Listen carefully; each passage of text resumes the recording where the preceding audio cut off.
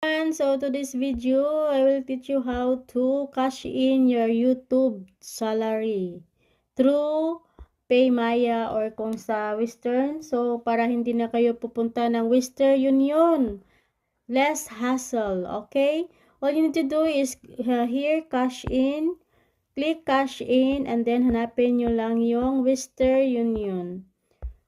Hanapin nyo lang yung Western Union, tapos i-click nyo, ilagay nyo dito yung MTCNU. So, mine is 4549689288.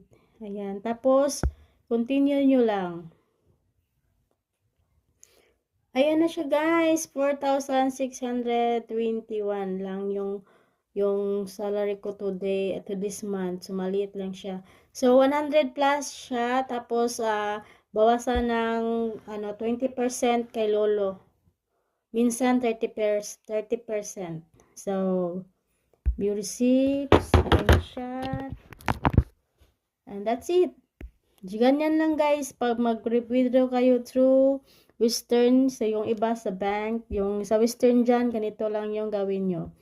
Bye-bye! Sana nakatulong. Bless you!